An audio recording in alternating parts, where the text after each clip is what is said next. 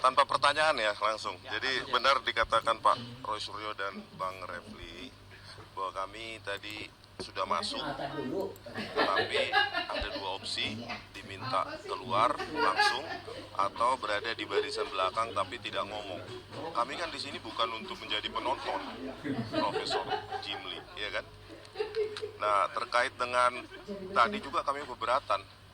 Kenapa kalau kami bawa ini kasus kriminalisasi terhadap kami, akademisi, peneliti, dan aktivis.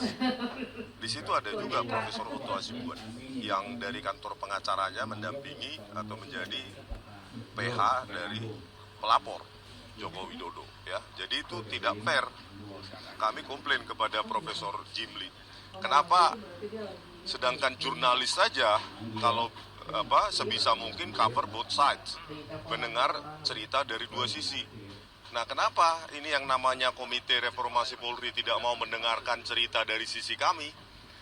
Sementara Otto Hasibuan ada di ruangan itu yang bisa menyuplai data atau informasi sesuai dengan versi mereka, gitu kan? Nah, inilah yang kami komplain kepada Pak Prabowo Subianto, ya dengarkanlah Pak, ya jangankan tersangka, harusnya terpidana pun bisa didengarkan, nggak ada undang-undang melarang itu. Yang kedua, kami tadi juga menyerahkan Jokowi's White Paper ya kepada 11 komisioner masing-masing satu.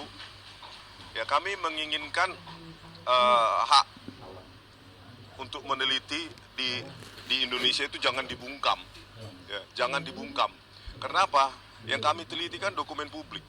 Ya, ijazah Joko Widodo sebagai presiden itu kan dokumen publik. Ya, kami menjawab dan simpulkan palsu, ya tinggal dibalas oleh ahlinya, simpulkan asli, biarkan rakyat yang menilai dan menyimpulkannya. Ya, dan hal itu harusnya lebih bagus kita selesaikan di seminar ilmiah, baik nasional maupun internasional, bukan pembungkaman seperti ini hanya karena dipanggil 3 ahli IT, langganan kepolisian, ya, 3 ahli langganan kepolisian langsung memutuskan bahwa kami mengedit, memanipulasi secara tidak ilmiah. Ini kan masa nasib orang ditentukan oleh 3 ahli ini, gitu loh. Kan mereka kan tidak punya otoritas untuk mengatakan kami tidak ahli, tidak kompeten, tidak ilmiah, hanya karena mereka sering dipakai oleh kepolisian. Jadi Prof Jimli sebaiknya diadakan lagi atau diselenggarakan lagi hal seperti ini, dibuka lagi. Jangan sampai Komite Reformasi Polri dipersepsikan masyarakat hanya mau mendengar apa yang ingin didengar.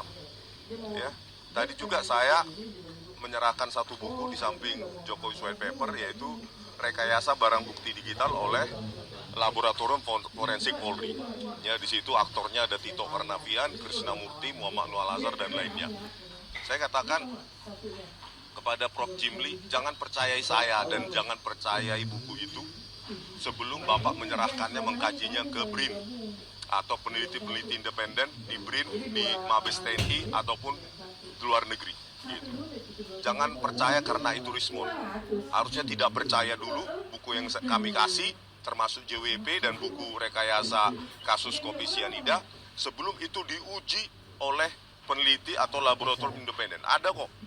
BRIN kita punya, Universitas Indonesia punya, ITB punya, Mabes TNI juga punya.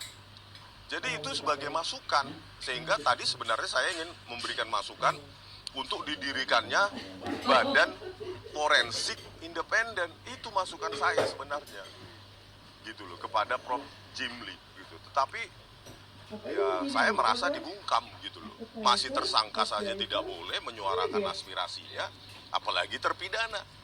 Dan ingat Prof Jimli, ya, kalau kami meneliti dan kami mengedit, kami memanipulasi, tidak mungkin kami publikasi dalam sebuah buku.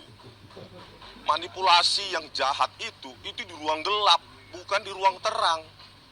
Kalau ingin membuktikannya, ayo kita, Prof Jimli harusnya menginisiasi diadakannya seminar nasional, seminar ilmiah nasional maupun internasional, undang peneliti dalam maupun luar negeri, ya, untuk mengadu kami. Ahli dari kepolisian mengatakan apa, kami mengatakan apa, ada peneliti independen mengatakan apa, internasional mengatakan apa. Oke, gitu dulu ya. Terima kasih.